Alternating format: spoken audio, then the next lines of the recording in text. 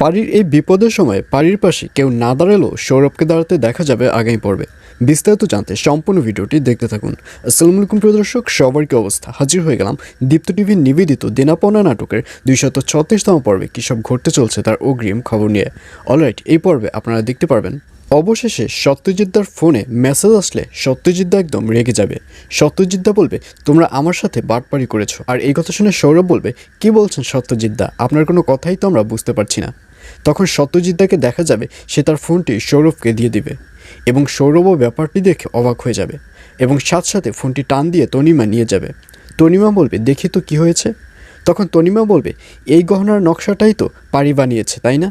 তাহলে পারি কি অন্য একটা গহনা দেখে ডুপ্লিকেট নকশা বানিয়েছে?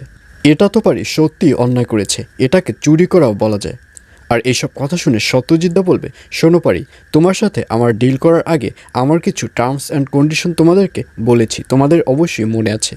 এর মধ্যে রয়েছে যে কোনো কিছু চুরি করে কোনো কিছু বানানো যাবে না, কোনো কিছু নকল করে বানানো যাবে না, জাস্ট ইউনিক গহনা বানাতে হবে। তুমি যেহেতু আমার টার্মস অ্যান্ড কন্ডিশন ভঙ্গ করেছো, তোমাদের সবাইকে এবার আমি পুলিশে দেবো। আর এই কথা শুনে পারি অনেক রিকোয়েস্ট করবে। পারি বলবে, সত্যজিৎদা, যদিও একটা অ্যাক্সিডেন্ট হয়ে গেছে, আমাদেরকে আরও একটু সময় দিন, আমরা আবারও নতুন করে তাড়াতাড়ি আপনার যে বাকি গহনাটি রয়েছে, অর্থাৎ একটিমাত্র গহনা, সেটির ডিজাইন আমরা এখনই করে দিচ্ছি। আমরা যদি সবাই একসাথে আবারও গহনা তৈরি করি তাহলে খুব তাড়াতাড়ি গহনাটি তৈরি হয়ে যাবে। আর এই কথা শুনে তনিমা বলবে, কে তোমার সাথে থাকবে? আমি তো তোমার সাথে থাকবই না, কারণ তোমার এই ন্যাকামো মার্কা অভিনয় আমার মোটেও সহ্য হচ্ছে না। আর এই কথা শুনে পারি বলবে, নিঝুম, তুমি আমার সাথে থাকবে?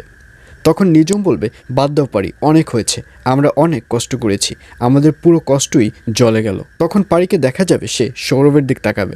তখন সৌরভ বলবে, পারি, তুমি কোনো টেনশন করো না, কেউ তোমার পাশে না থাকলেও আমি তোমার পাশে আছি। আর অন্যদিকে রিয়াকে দেখা যাবে সে এবার ইরফানকে বিয়ে করবার সিদ্ধান্ত নেবে। আর রিয়া যেটি সিদ্ধান্ত নেয় সেটি করেই ছাড়ে। আর এই ব্যাপারটি নিয়ে প্রথম দিকে ইরফান রাজি না হলেও রিয়াকে দেখা যাবে সে ব্যাপারটি তার বাবার কাছে শেয়ার করবে। রিয়া বলবে, যেভাবেই হোক তুমি আমাদের বিয়ের ব্যবস্থা শুরু করো। আর এই কথা শুনে রিয়ার বাবাকেও দেখা যাবে সেবার ইরফান ও রিয়ার বিয়ের ব্যবস্থা শুরু করবে। আর এছাড়াও থাকবে আশ্চর্য সকল ঘটনা। সুতরাং সবাইকে দেনা পাওনা নাটকের আগামী পর্ব দেখার আমন্ত্রণ রইল।